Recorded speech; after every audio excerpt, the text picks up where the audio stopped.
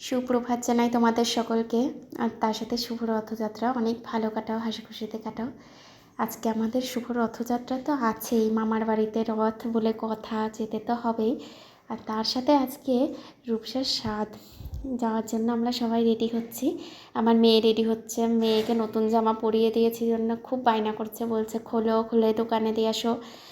আমি নতুন, ওর বাবা আমাকেও নতুন শাড়ি কিনে দিয়েছে, ওকেও নতুন জামা পরিয়ে দিয়েছে, কিন্তু ও পরবে না। ও আমাকে বলছে যে তুমি পরো, তুমি পরেছো ভালো লাগছে, কিন্তু আমাকে পরিয়েছো কেন?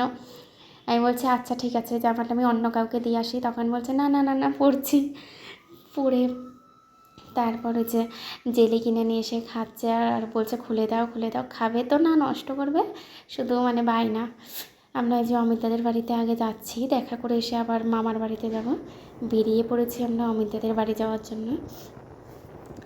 এটা আমার মেয়ের স্কুলের সামনে এই রাস্তাটায় আমি রোজ ঘুরতে আসি, আমার খুব ভালো লাগে। এখন আর অতটা যাওয়া হয় না, কারণ এখন মেয়ের পড়া থাকে বিকেলে, মেয়ের সাথে একটু থাকতে হয়। তাছাড়া আমি বিকেলে ওই রাস্তাটায় মাঝে মাঝে যাই ঘুরতে, খুব ভালো লাগে। অনেকে বলে যে চলো চলো, ফোন করবে বারবার করে, তো মাঝে মাঝে একটু যাওয়া হয়। তাছাড়া না, এই দেখো আমি এখন ফোন ক্যামেরা নিয়ে ব্যস্ত, আর আমি যে কথা বলছি ওর বাবা মানে ঐশানী আর ঐশানীর বাবা দুজনে শুনছে আর হাসছে। ঐশানী বলছে মা ফোনটা রেখে দাও, এবার ফোনটা পড়ে যাবে, পড়ে গেলে সব শেষ হয়ে যাবে। ও বারবার তাকাচ্ছে আমার দিকে, দেখো আমার ক্যামেরার দিকে। ওই যে ছোট্ট বেবিটা সবসময় শুধু ছোট্ট ছোট্ট করে এক একটা কথা বলবে, শুনতে ইচ্ছা করবে। ভীষণ ভালো মিশুকে।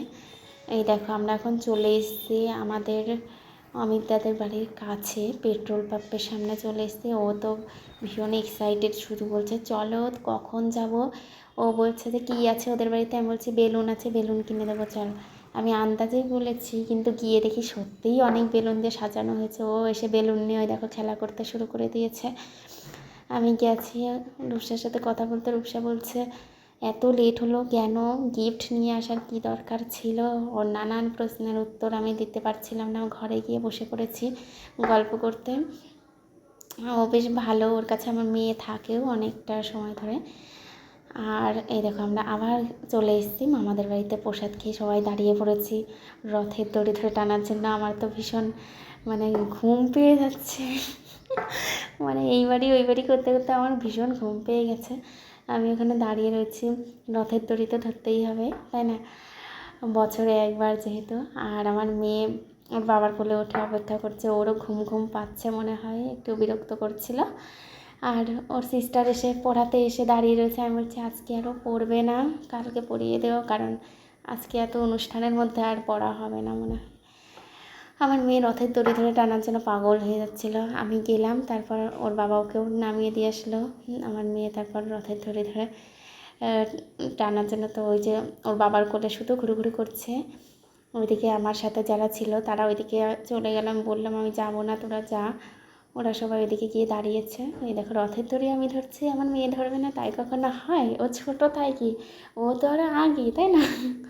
আর আমি হাসছি।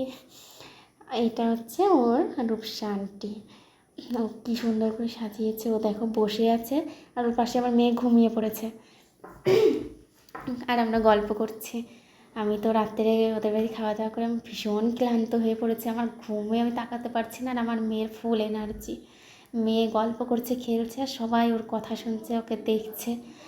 ও কত রকমের কথা যে জানি কি জানি। আমরা বাড়ি চলে এসেছি, এসে ঘুমাবো, তখন কিয়া এসে বলছে তোমাদের ঘরে ঘুমাবো, পাশের ঘরে। আর ঐশানীর বাবাও এসছে বাড়িতে, বলছে এই ঘরে ঘুমা, বলছে না আমরা ওই ঘরেই ঘুমাই। ঐশানীকেও বলছে চল বুনু, ও বলছে না। আচ্ছা তোমরা ভালো থেকো, গুড নাইট, আমার ভিডিও দেখো, পাশে থেকো।